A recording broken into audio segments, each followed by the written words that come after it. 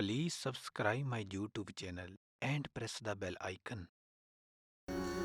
सतगुर की सेवा सफल है जे को करे चित लाए।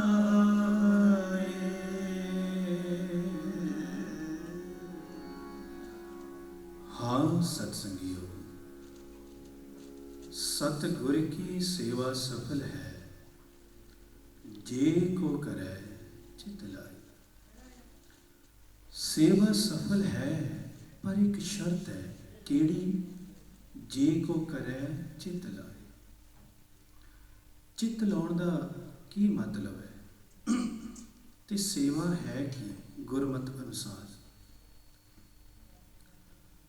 हर कोई इंसान कह सकता है कि मैं चित ला के सेवा करता हाँ, पर ए इंसान जिस तरह की सेवा तू चित ला के करदा है कि एहो जी सेवा गुरु घर विच प्रवान है, ये विचारना जरूरी है।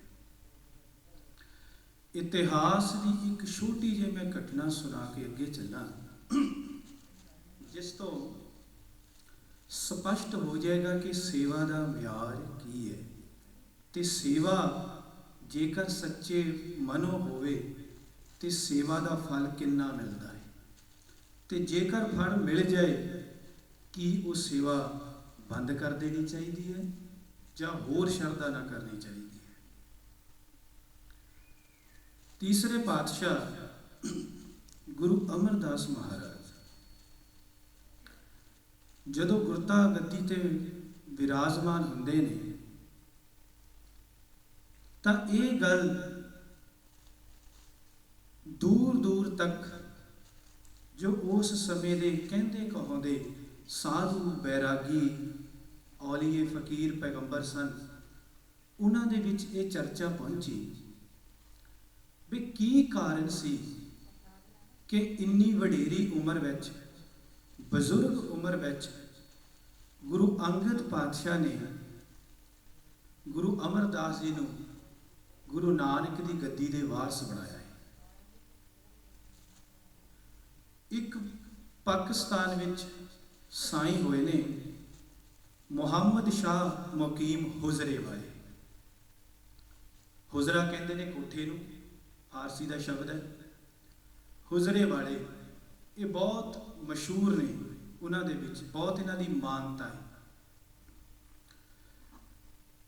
तो जो हुजरे वाले फकीर साई ने ते उन्होंने होर भी कुछ साई फकीर ने, शेख मुहम्मद ताहरी, ख्वाजा बिहारी, उन्होंने होर जो पहुंचे फकीर संत ने,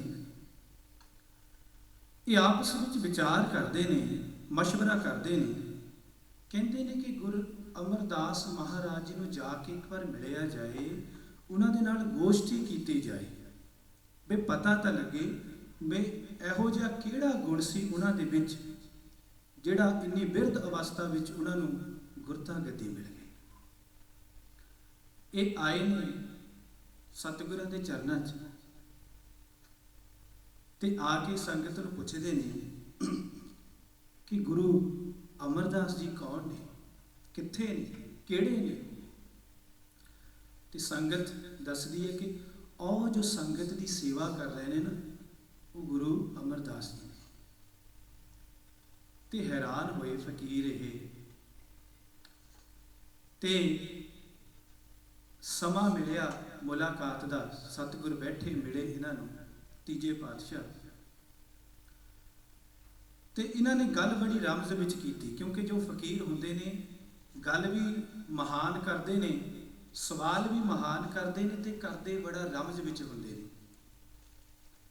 तो इन्होंने भी सवाल किया रमज विच। वैसे भी मनोविग्यानी कहते हैं कि जेकर किसी इंसान को परखना होवे ना कि ये इंसान कितना क बुद्धिमान है, कितना क ये पानी विच है, कितना क ये अंदर ज्ञान है, कहते हैं कि वो सवालों तो परखिया जा सकता कि वो सवाल किहो जिहा कर रहा है। वो सवाल तो पता लग जाता है कि ये सोच कित्थे खड़ी है, ये की जानकारी रखता है। ਤੇ ਇਹ ਫਕੀਰ ਇਕੱਠੇ ਹੋ ਕੇ ਗਏ ਨੇ ਤੇ ਹੁਜ਼ਰੇ ਵਾਲੇ ਸਾਈਂ ਜੀ ਗੁਰੂ ਅਮਰਦਾਸ ਪਾਤਸ਼ਾਹ ਨੂੰ ਸਵਾਲ ਕਰਦੇ ਨੇ ਕਿ ਪਾਤਸ਼ਾਹ, ਜਦੋਂ ਦਹੀਂ ਨੂੰ ਰਿੜਕਣ ਤੋਂ ਬਾਅਦ ਮੱਖਣ ਕੱਢ ਲਈਏ ਨਾ, ਤਾਂ ਫਿਰ ਲੱਸੀ ਨੂੰ ਰਿੜਕਣ ਦਾ ਕੀ ਫਾਇਦਾ? ਧਿਆਨ ਦਿਓ, ਕਹਿੰਦੇ ਨੇ ਕਿ ਜਦੋਂ ਦਹੀਂ ਨੂੰ ਰਿੜਕਣ ਤੋਂ ਬਾਅਦ ਮੱਖਣ ਕੱਢ ਲਿਆ ਤੇ ਹੁਣ ਲੱਸੀ ਨੂੰ ਰਿੜਕਣ ਦਾ ਕੀ ਫਾਇਦਾ? ਤੇ ਜੇਕਰ ਜਦੋਂ ਸੱਚਮੁੱਚ ਹੀ ਵਿਆਹ ਹੋ ਗਿਆ ਤੇ ਉਹ ਤੋਂ ਬਾਅਦ ਵੀ ਗੁੱਡੀਆਂ ਪਟੋਲੇ ਬਣਾ ਕੇ ਉਹਨਾਂ ਦੇ ਵਿਆਹ ਕਰਨੇ, ਇਹਦਾ ਕੀ ਫਾਇਦਾ?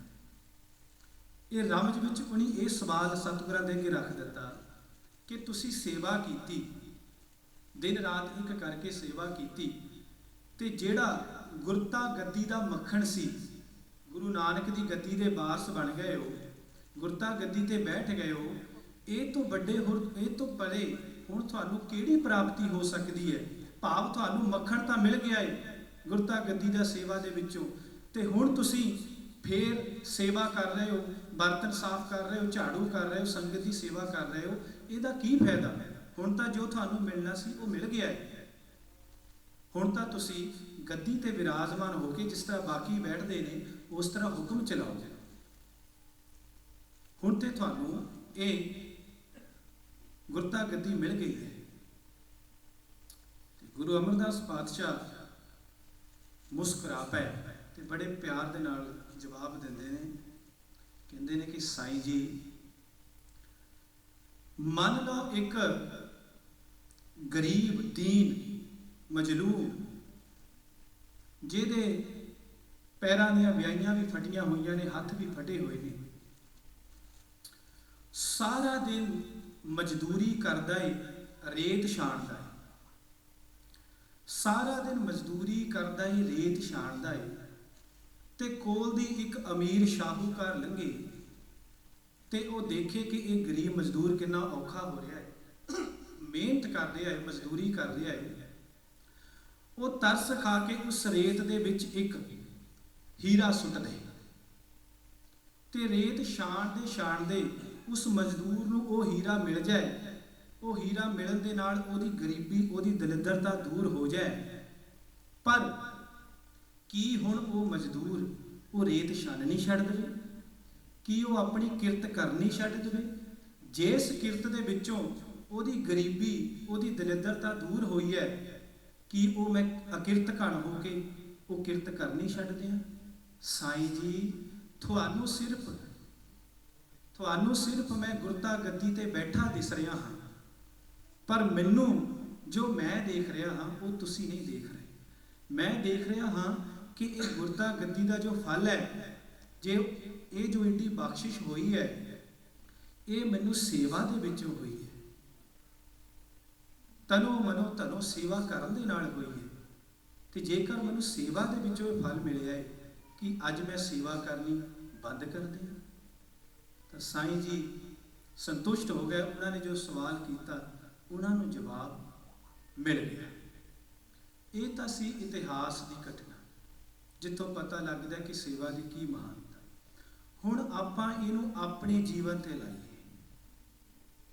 ਚਾਹੇ ਅਸੀਂ ਪ੍ਰਚਾਰਕ ਲੋਕ, ਚਾਹੇ ਤੁਸੀਂ ਸਾਧ ਸੰਗਤ, ਚਾਹੇ ਗੁਰੂ ਘਰ ਨੂੰ ਚਲਾਉਣ ਵਾਲੀਆਂ ਕਮੇਟੀਆਂ ਦੇ ਮੈਂਬਰ, ਆਪਾਂ ਗੁਰੂ ਘਰ ਵਿੱਚ ਸੇਵਾ ਕਰਦੇ ਹਾਂ। ਚਲੋ ਸਤਿਗੁਰ ਪਾਤਸ਼ਾਹ ਦੀ ਬਖਸ਼ਿਸ਼ ਹੋਈ, ਆਪਾਂ ਨੂੰ ਕੋਈ ਜ਼ਿੰਮੇਵਾਰੀ ਮਿਲ ਗਈ, ਸਾਨੂੰ ਪ੍ਰਚਾਰ ਕਰਨ ਦੀ ਜ਼ਿੰਮੇਵਾਰੀ ਮਿਲ ਗਈ, ਤੁਹਾਨੂੰ ਗੁਰੂ ਘਰ ਨੂੰ ਸਾਂਭਣ ਦੀ ਜ਼ਿੰਮੇਵਾਰੀ ਮਿਲ ਗਈ। ਕੀ ਜਿਸ ਸੇਵਾ ਦੇ ਵਿੱਚੋਂ ਆਪਾਂ ਨੂੰ ਇਹ ਮਾਣ ਵਡਿਆਈ ਮਿਲੀ ਹੈ, ਇਹ ਬਖਸ਼ਿਸ਼ ਹੋਈ ਹੈ, ਤਾਂ ਸਾਡਾ ਫਰਜ਼ ਬਣਦਾ ਹੈ ਆਪਾਂ ਉਹ ਸੇਵਾ ਨਾ ਛੱਡੀਏ, ਉਹ ਸੇਵਾ ਟੁੱਟਣ ਨਾ ਦੇਈਏ। ਜਿਸ ਤਰ੍ਹਾਂ ਆਪਾਂ ਪਹਿਲਾਂ ਸਾਧ ਸੰਗਤ ਵਿੱਚ ਵਿਚਰ ਕੇ ਸੇਵਾ ਕਰਦੇ ਸਾਂ, ਉਸੇ ਤਰ੍ਹਾਂ ਜੇਕਰ ਸਾਨੂੰ ਗੁਰੂ ਘਰ ਦੇ ਵਿੱਚੋਂ ਕੋਈ ਮਾਣ ਵਡਿਆਈ ਮਿਲ ਵੀ ਜਾਂਦੀ ਹੈ, ਕੋਈ ਅਹੁਦਾ ਕੋਈ ਮਿਲ ਵੀ ਜਾਂਦਾ ਹੈ, ਤਾਂ ਆਪਾਂ ਹੱਥੀਂ ਗੁਰੂ ਘਰ ਵਿੱਚ ਸੇਵਾ ਕਰਨੀ ਇਹ ਨਾ ਛੱਡੀਏ।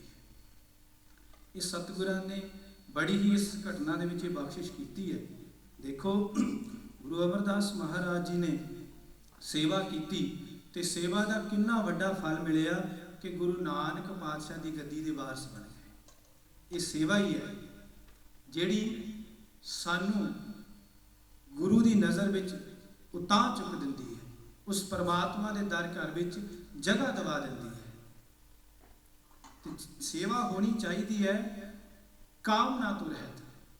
ਇੱਕ ਥਾਂ ਗੁਰੂ ਗੋਬਿੰਦ ਸਿੰਘ ਜੀ ਮਹਾਰਾਜ ਲਿਖਦੇ ਨੇ ਕਿ ਕਾਮਨਾ ਅਧੀਨ ਸਦ ਦਾਵਨ ਪ੍ਰਵੀਨ ਇੱਕ ਭਾਵਨਾ ਵਿਹੀਨ ਕੈਸੇ ਪਾਵੇ ਜਗਦੀਸ਼। ਕਿ ਜਿਹੜਾ ਇਨਸਾਨ ਸੇਵਾ ਕਾਮਨਾ ਦੇ ਅਧੀਨ ਕਰਦਾ ਹੈ, ਕਾਮਨਾ ਹੁੰਦੀ ਹੈ ਪਰ ਕੋਈ ਆਪਣਾ ਮਤਲਬ ਰੱਖ ਕੇ ਕਿ ਮੇਰਾ ਆਹ ਕੰਮ ਹੋ ਜਾਏ ਤਾਂ ਮੈਂ ਸੇਵਾ ਕਰਾਂਗਾ, ਜਾਂ ਮੇਰਾ ਆਹ ਕੰਮ ਹੋ ਗਿਆ ਇਸ ਲਈ ਮੈਂ ਸੇਵਾ ਕਰ ਰਿਹਾ ਹਾਂ, ਤਾਂ ਗੁਰੂ ਗੋਬਿੰਦ ਸਿੰਘ ਜੀ ਮਹਾਰਾਜ ਕਹਿੰਦੇ ਨੇ ਕਿ ਐਸੀ ਸੇਵਾ ਗੁਰੂ ਘਰ ਵਿੱਚ ਪ੍ਰਵਾਨ ਨਹੀਂ ਹੈ। ਗੁਰੂ ਘਰ ਵਿੱਚ ਕਿਹੜੀ ਸੇਵਾ ਪ੍ਰਵਾਨ ਹੈ? ਭਾਵਨਾ ਦੀ। ਜਿਹੜੀ ਭਾਵਨਾ ਹੈ, ਜਿਹੜੀ ਤੁਹਾਡੀ ਦਿਲੋਂ ਉਮੰਗ ਹੈ, ਇਹੀ ਗੁਰੂ ਘਰ ਵਿੱਚ ਸੇਵਾ ਪ੍ਰਵਾਨ ਹੈ।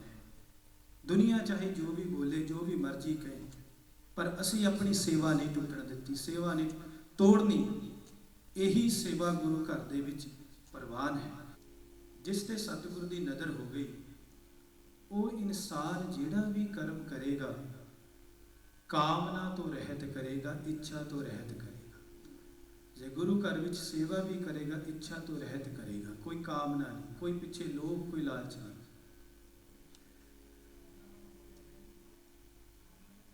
ਇੱਕ ਨੌਜਵਾਨ ਆਪਣੇ ਮਾਂ-ਬਾਪ ਦੇ ਨਾਲ ਅਨੰਦਪੁਰ ਸਾਹਿਬ ਵਿੱਚ ਗੁਰੂ ਗੋਬਿੰਦ ਸਿੰਘ ਜੀ ਮਹਾਰਾਜ ਜੀ ਦੇ ਚਰਨਾਂ 'ਚ ਆਉਂਦਾ ਹੈ। ਪਰਿਵਾਰ ਨੇ ਕੁਝ ਦਿਨ ਰਹਿ ਕੇ ਸੇਵਾ ਕੀਤੀ। ਸੇਵਾ ਕੁਝ ਦਿਨ ਕਰਨ ਤੋਂ ਬਾਅਦ ਜਦੋਂ ਚਾਲੇ ਪਾਏ ਨੇ ਤੇ ਉਹ ਨੌਜਵਾਨ ਆਪਣੇ ਮਾਂ-ਬਾਪ ਨੂੰ ਆਖਣ ਲੱਗਾ ਕਿ ਮੈਂ ਹੁਣ ਘਰ ਨਹੀਂ ਜਾਣਾ, ਮੈਂ ਗੁਰੂ ਦੇ ਚਰਨਾਂ ਵਿੱਚ ਰਹਿ ਕੇ ਸੇਵਾ ਕਰਨੀ ਚਾਹੁੰਦਾ, ਮੈਂ ਸੇਵਾ ਹੀ ਕਰਨੀ। ਤੇ ਮਾਂ-ਬਾਪ ਨੇ ਆ ਕੇ ਗੁਰੂ ਪਾਤਸ਼ਾਹ ਦੇ ਕੋਲ ਅਰਜ਼ ਕੀਤੀ ਕਿ ਪਾਤਸ਼ਾਹ, ਅਸੀਂ ਕੁਝ ਦਿਨ ਰਹਿ ਕੇ ਸੇਵਾ ਕੀਤੀ ਹੈ ਤੇ ਹੁਣ ਅਸੀਂ ਵਾਪਸ ਜਾ ਰਹੇ ਹਾਂ ਤੇ ਸਾਡਾ ਬੱਚਾ ਕਹਿ ਰਿਹਾ ਕਿ ਮੈਂ ਵਾਪਸ ਨਹੀਂ ਜਾਣਾ, ਇੱਥੇ ਗੁਰੂ ਘਰ ਰਹਿ ਕੇ ਸੇਵਾ ਕਰਨੀ। ਤਾਂ ਗੁਰੂ ਗੋਬਿੰਦ ਸਿੰਘ ਜੀ ਮਹਾਰਾਜ ਉਸ ਬੱਚੇ ਨੂੰ ਪੁੱਛਦੇ ਕਿ ਪੁੱਤਰ, ਤੂੰ ਕੀ ਚਾਹੁੰਦਾ ਹੈ, ਤੂੰ ਕੀ ਕਰਨਾ ਹੈ? ਤਾਂ ਬੱਚਾ ਹੱਥ ਜੋੜ ਕੇ ਆਖਣ ਲੱਗਾ ਕਿ ਪਾਤਸ਼ਾਹ, ਮੈਂ ਤੁਹਾਡੇ ਚਰਨਾਂ ਵਿੱਚ ਰਹਿ ਕੇ ਸੇਵਾ ਕਰਨੀ ਚਾਹੁੰਦਾ ਹਾਂ, ਮੇਰਾ ਮਨ ਘਰੇ ਜਾਣ ਨੂੰ ਨਹੀਂ ਕਰਦਾ। ਤਾਂ ਗੁਰੂ ਪਾਤਸ਼ਾਹ ਮਾਂ-ਬਾਪ ਨੂੰ ਆਖਣ ਲੱਗੇ ਕਿ ਠੀਕ ਹੈ, ਵੀ ਜੇ ਬੱਚਾ ਕਹਿ ਰਿਹਾ ਹੈ ਕਿ ਮੈਂ ਨਹੀਂ ਜਾਣਾ ਘਰ, ਸੇਵਾ ਕਰਨੀ ਹੈ, ਤੈਨੂੰ ਇੱਥੇ ਰਹਿਣ ਦਿਓ, ਇਹਦੀ ਸੇਵਾ ਦੇ ਨਾਲ ਨਾਲ ਇਹਦੀ ਜੋ ਵੀ ਪੜ੍ਹਾਈ ਹੈ ਸਾਰਾ ਹੀ ਬੰਦੋਬਸਤ ਕਰ ਦਿੱਤਾ ਜਾਵੇਗਾ। ਤੇ ਉਹ ਬੱਚਾ ਹੱਥ ਜੋੜ ਕੇ ਪਾਤਸ਼ਾਹ ਨੂੰ ਪੁੱਛਣ ਲੱਗਾ, ਗੁਰੂ ਗੋਬਿੰਦ ਸਿੰਘ ਜੀ ਮਹਾਰਾਜ ਜੀ ਨੂੰ, ਕਿ ਪਾਤਸ਼ਾਹ ਸੇਵਾ ਕਿਵੇਂ ਕਰਾਂ, ਸੇਵਾ ਕਿਸ ਤਰ੍ਹਾਂ ਕਰਾਂ? ਤਾਂ ਗੁਰੂ ਗੋਬਿੰਦ ਸਿੰਘ ਜੀ ਮਹਾਰਾਜ ਜਵਾਬ ਦਿੰਦੇ ਨੇ ਕਿ ਪੁੱਤਰ, ਲੰਗਰ ਹਾਲ ਵਿੱਚ ਜਾ ਕੇ ਭਾਂਡੇ ਮਾਂਜ, ਤੇ ਭਾਂਡੇ ਮਾਂਜਦਾ ਇਸ ਕਦਰ ਇਸ ਤਰ੍ਹਾਂ ਉਸ ਪਰਮਾਤਮਾ ਦੇ ਨਾਲ ਲਿਵ ਲਾਈ ਕਿ ਭਾਂਡੇ ਮਾਂਜਦੇ ਦਾ ਤੇਰਾ ਮਨ ਵੀ ਮਾਂਜ ਹੋ ਜਾਏ, ਤੇਰਾ ਮਨ ਵੀ ਲਿਸ਼ਕ ਜਾਏ, ਵਿਕਾਰਾਂ ਦੇ ਵਿੱਚੋਂ ਨਿਕਲ ਜਾਏ। ਦੇਖੋ, ਇਹ ਸਤਿਗੁਰ ਪਾਤਸ਼ਾਹ ਉਪਦੇਸ਼ ਦੇ ਰਹੇ ਨੇ, ਹੁਣ ਦੱਸ ਰਹੇ ਨੇ ਕਿ ਭਾਂਡੇ ਜਾਂ ਸੇਵਾ ਕਿਸ ਤਰ੍ਹਾਂ ਕਰਨੀ ਹੈ। ਇਸ ਕਦਰ ਭਾਂਡੇ ਮਾਂਜੀ ਕਿ ਭਾਂਡੇ ਮਾਂਜਦੇ ਦਾ ਸੇਵਾ ਕਰਦੇ ਦਾ ਤੇਰਾ ਮਨ ਵੀ ਲਿਸ਼ਕ ਜਾਏ, ਤੇ ਇਸ ਲਿਸ਼ਕੇ ਹੋਏ ਮਨ ਦੇ ਵਿੱਚ ਗੁਰੂ ਦੀ ਵਿਚਾਰ, ਗੁਰੂ ਦੀ ਮੱਤ ਇਸ ਤਰ੍ਹਾਂ ਬੈਠੇ, ਇਸ ਤਰ੍ਹਾਂ ਵਸ ਜਾਏ ਕਿ ਜੇਕਰ ਤੈਨੂੰ ਕੌਮ ਦੀ ਖਾਤਰ ਸੀਸ ਵੀ ਦੇਣਾ ਪਵੇ ਤਾਂ ਤੂੰ ਹੱਸ ਕੇ ਕੁਰਬਾਨ ਹੋ ਜਾਏ।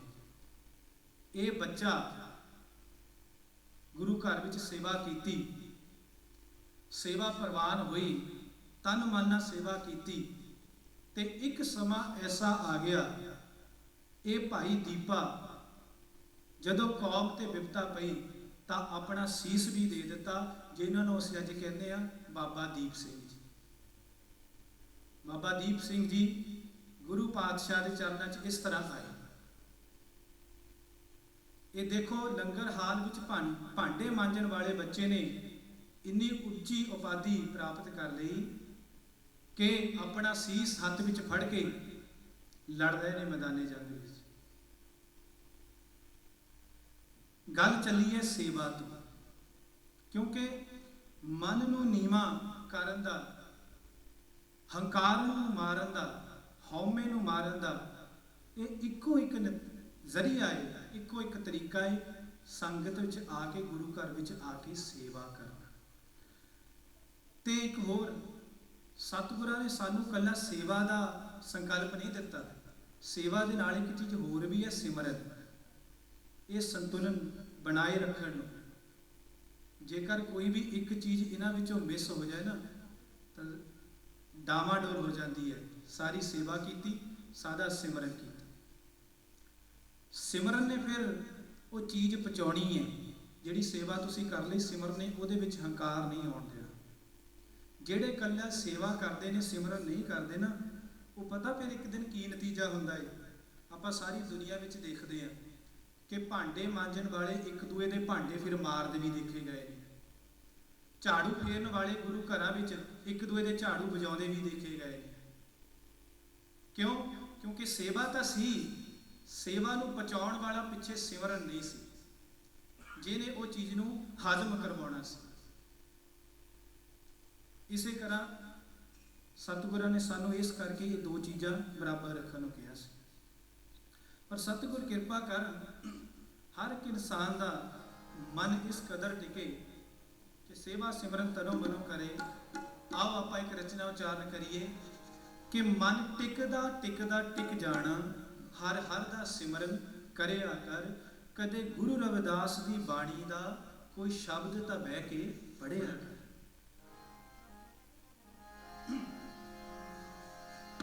ਸ੍ਰੀ ਵਾਹਿਗੁਰੂ।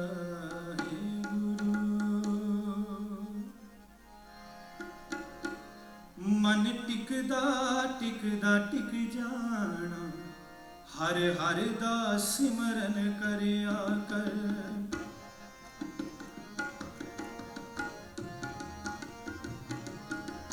ਮਨ ਟਿਕਦਾ ਟਿਕਦਾ ਟਿਕ ਜਾਣਾ, ਹਰ ਹਰ ਦਾ ਸਿਮਰਨ ਕਰਿਆ ਕਰ। ਮਨ ਟਿਕਦਾ ਟਿਕਦਾ ਟਿਕ ਜਾਣਾ, ਹਰ ਹਰ ਦਾ ਸਿਮਰਨ ਕਰਿਆ ਕਰ। ਕਦੇ ਗੁਰੂ ਰਵਿਦਾਸ ਦੀ ਬਾਣੀ ਦਾ, ਕਦੇ ਗੁਰੂ ਰਵਿਦਾਸ ਦੀ ਬਾਣੀ ਦਾ ਕੋਈ ਸ਼ਬਦ ਤਾਂ ਬਹਿ ਕੇ ਪੜਿਆ ਕਰ।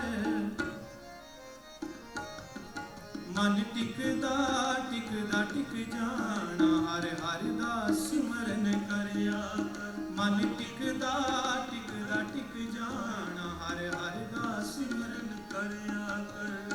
ਕਦੇ ਗੁਰੂ ਰਵਿਦਾਸ ਦੀ ਬਾਣੀ ਦਾ, ਕਦੇ ਗੁਰੂ ਰਵਿਦਾਸ ਦੀ ਬਾਣੀ ਦਾ ਕੋਈ ਸ਼ਬਦ ਤਾਂ ਬਹਿ ਕੇ ਪੜਿਆ ਕਰ।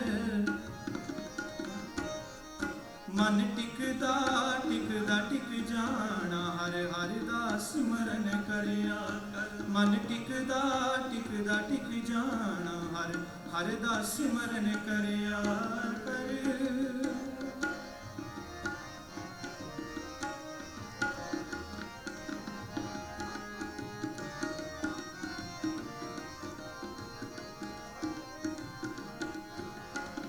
ਗੁਰੂ ਰਵਿਦਾਸ ਦੇ ਅੰਮ੍ਰਿਤ ਕੁੰਡ ਦਾ, ਜਿਹੜਾ ਅੰਮ੍ਰਿਤ ਛਕਦਾ ਏ।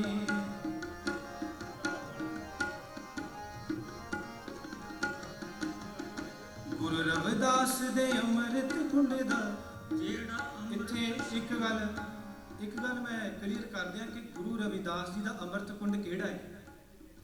ਇਹ ਕੋਈ ਬਾਹਰ ਨਹੀਂ ਵੀ ਕਿਤੇ ਉਹਨੇ ਕੋਈ ਕੁੰਡਾ ਬਣਾ ਕੇ ਰੱਖਿਆ ਉਹਦੇ ਵਿੱਚ ਜਲ ਪਾਇਆ, ਨਹੀਂ। ਗੁਰੂ ਰਵਿਦਾਸ ਜੀ ਦਾ ਅੰਮ੍ਰਿਤ ਕੁੰਡ ਉਹਨਾਂ ਦੀ ਬਾਣੀ ਹੈ। ਉਹਨਾਂ ਦੇ ਬਾਣੀ ਦੀ ਵਿਚਾਰਧਾਰਾ ਨੂੰ ਆਪਣੇ ਹਿਰਦੇ ਵਿੱਚ ਵਸਾਉਣਾ, ਇਹੀ ਅੰਮ੍ਰਿਤ ਛਕਣਾ ਹੈ। ਜਿਹੜਾ ਗੁਰੂ ਗ੍ਰੰਥ ਸਾਹਿਬ ਦੇ ਵਿੱਚ ਅੰਮ੍ਰਿਤ ਹੈ ਉਹ ਤੁਹਾਡੇ ਅੰਦਰ ਹੈ। ਗੁਰੂ ਦੀ ਮੱਤ, ਗੁਰੂ ਦੀ ਵਿਚਾਰਧਾਰਾ ਗ੍ਰਹਿਣ ਕਰਨੀ, ਇਹੀ ਅੰਮ੍ਰਿਤ ਗੁਰੂ ਮਹਾਰਾਜ ਨੇ ਕਿਹਾ ਕਿ ਅੰਮ੍ਰਿਤ ਤੇਰੇ ਘਟ ਵਿੱਚ ਹੀ ਹੈ, ਤੇਰੇ ਅੰਦਰ ਹੀ ਹੈ। ਆਓ ਗੁਰੂ ਰਵਿਦਾਸ ਦੀ ਅੰਮ੍ਰਿਤ ਕੁੰਡ ਦਾ, ਗੁਰੂ ਰਵਿਦਾਸ ਦੇ ਅੰਮ੍ਰਿਤ ਕੁੰਡ ਦਾ, ਜਿਹੜਾ ਅੰਮ੍ਰਿਤ ਛਕਦਾ ਹੈ 40 ਸ਼ਬਦ ਤੇ ਇੱਕ ਸ਼ਲੋਕ ਵੀ ਉਹਦੇ ਹਿਰਦੇ ਵਸਦਾ ਹੈ। 40 ਸ਼ਬਦ ਤੇ ਇੱਕ ਸ਼ਲੋਕ ਵੀ ਉਹਦੇ ਹਿਰਦੇ ਵਸਦਾ ਹੈ। ਤੂੰ ਹੰਸੇ ਮਾਨ ਸਰੋਵਰ ਦਾ, ਤੂੰ ਹੰਸੇ ਮਾਨ ਸਰੋਵਰ ਦਾ, ਨਾ ਛੱਪੜਾਂ ਦੇ ਵਿੱਚ ਤਰਿਆ ਕਰ।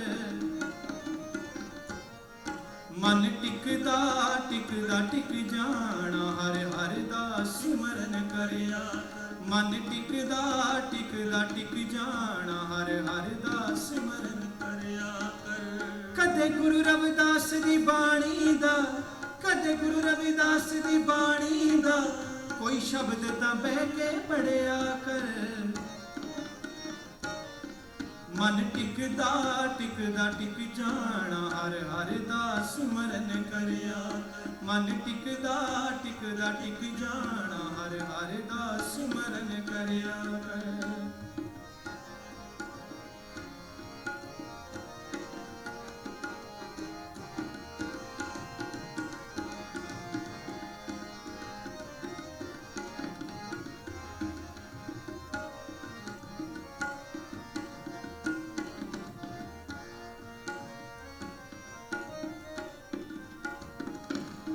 ਅੰਮ੍ਰਿਤ ਵੇਲੇ ਮਨ ਮੰਦਰ ਵਿੱਚ ਝਾੜੂ ਰੋਜ਼ ਲਗਾਇਆ ਕਰ।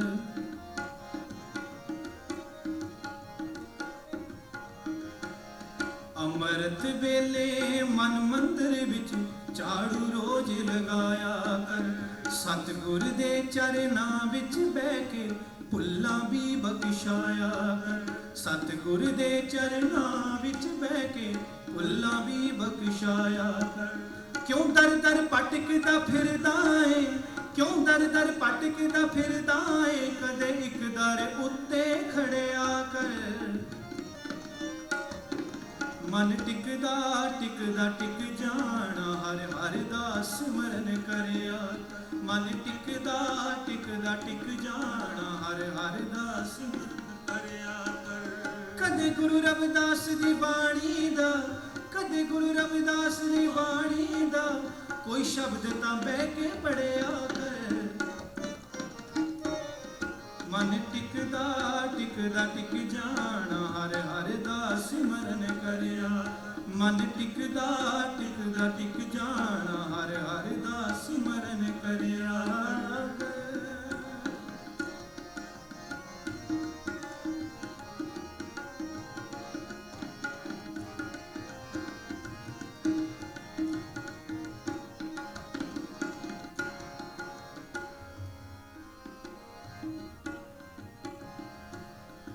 ਬਹਿਰੂਪੀਆਂ ਵਾਂਗੂ ਰੋਜ਼ ਤੂੰ ਭੇਸ ਬਦਲਦਾ ਰਹਿੰਦਾ ਏ।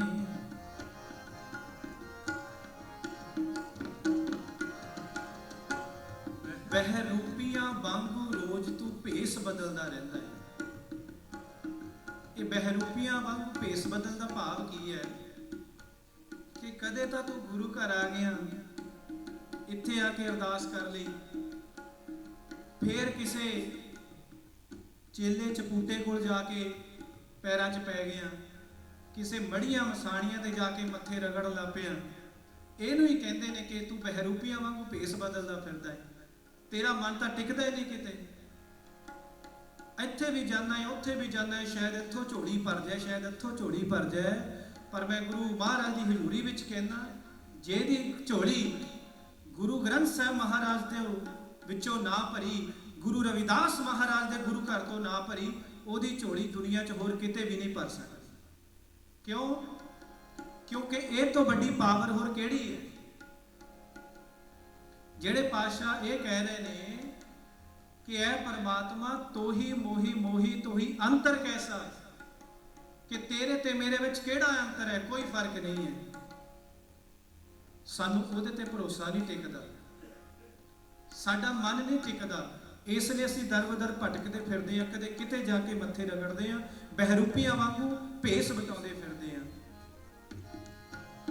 ਬਹਿਰੂਪੀਆਂ ਵਾਂਗੂ ਰੋਜ਼ ਰੋਜ਼ ਤੂੰ ਭੇਸ ਬਦਲਦਾ ਰਹਿੰਦਾ। ਕਹੇ ਕਲਮ ਗੁਰਾਇਆਂ ਵਾਲੇ ਦੀ ਕਿਉਂ ਚੱਕਰਾਂ ਦੇ ਵਿੱਚ ਪੈਂਦਾ। ਕਹੇ ਕਲਮ ਗੁਰਾਇਆਂ ਵਾਲੇ ਦੀ ਕਿਉਂ ਚੱਕਰਾਂ ਦੇ ਵਿੱਚ ਪੈਂਦਾ। ਤੂੰ ਹੰਸੇ ਮਾਨ ਸਰੋਵਰ ਦਾ, ਤੂੰ ਹੰਸੇ ਮਾਨ ਸਰੋਵਰ ਦਾ, ਨਾ ਛੱਪੜਾਂ ਦੇ ਵਿੱਚ ਤਰਿਆ ਕਰ।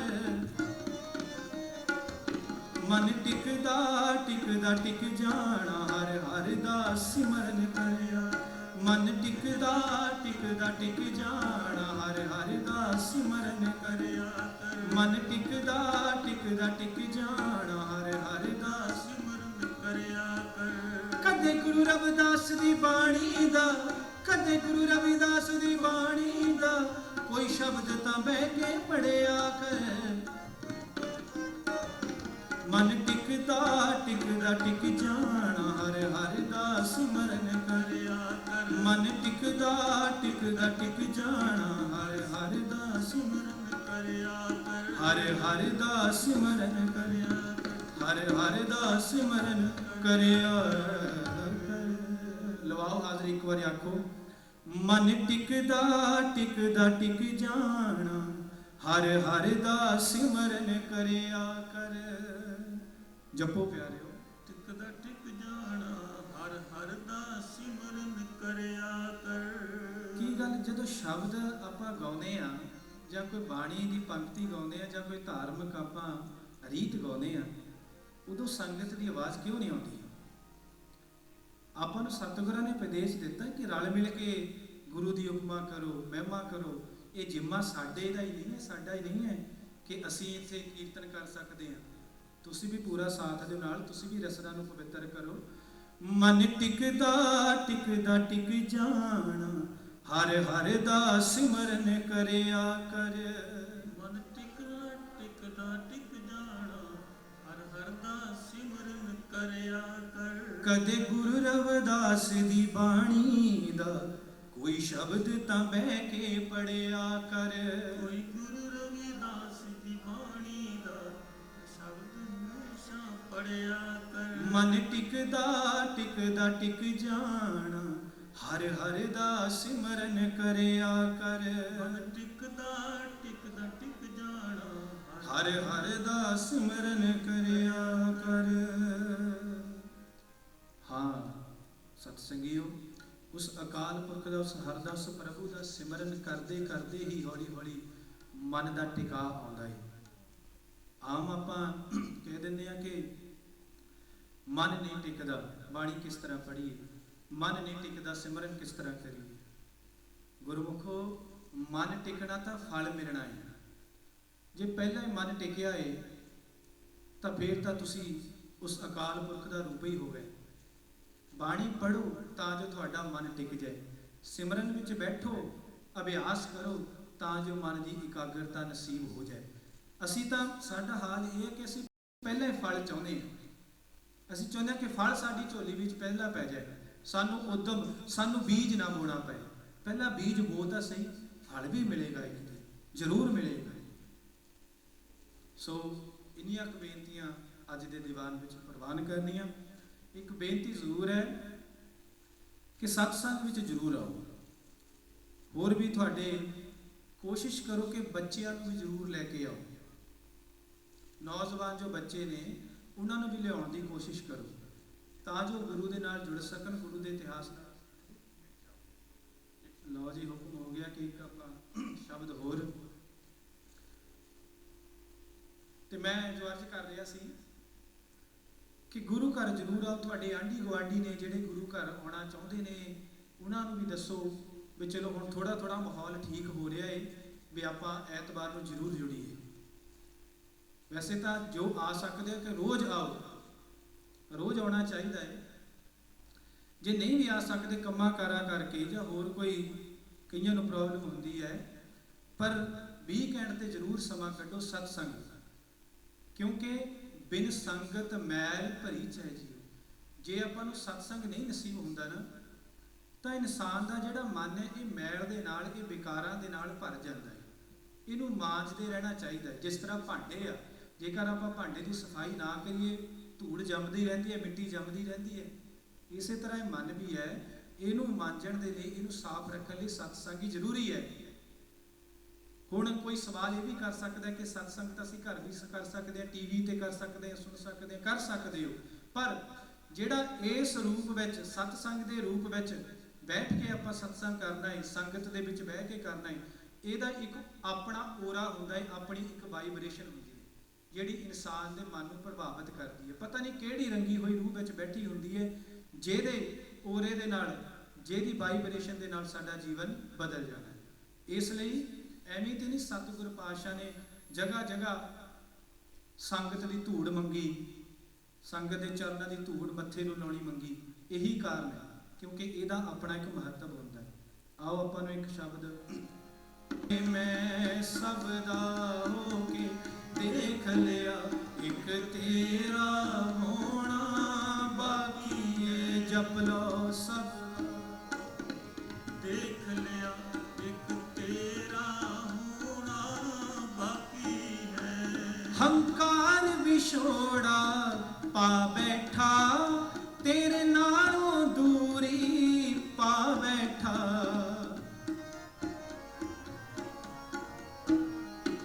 ਹੰਕਾਰ ਵਿਛੋੜਾ ਪਾ ਬੈਠਾ, ਤੇਰੇ ਨਾਲੋਂ ਦੂਰੀ ਪਾ ਬੈਠਾ।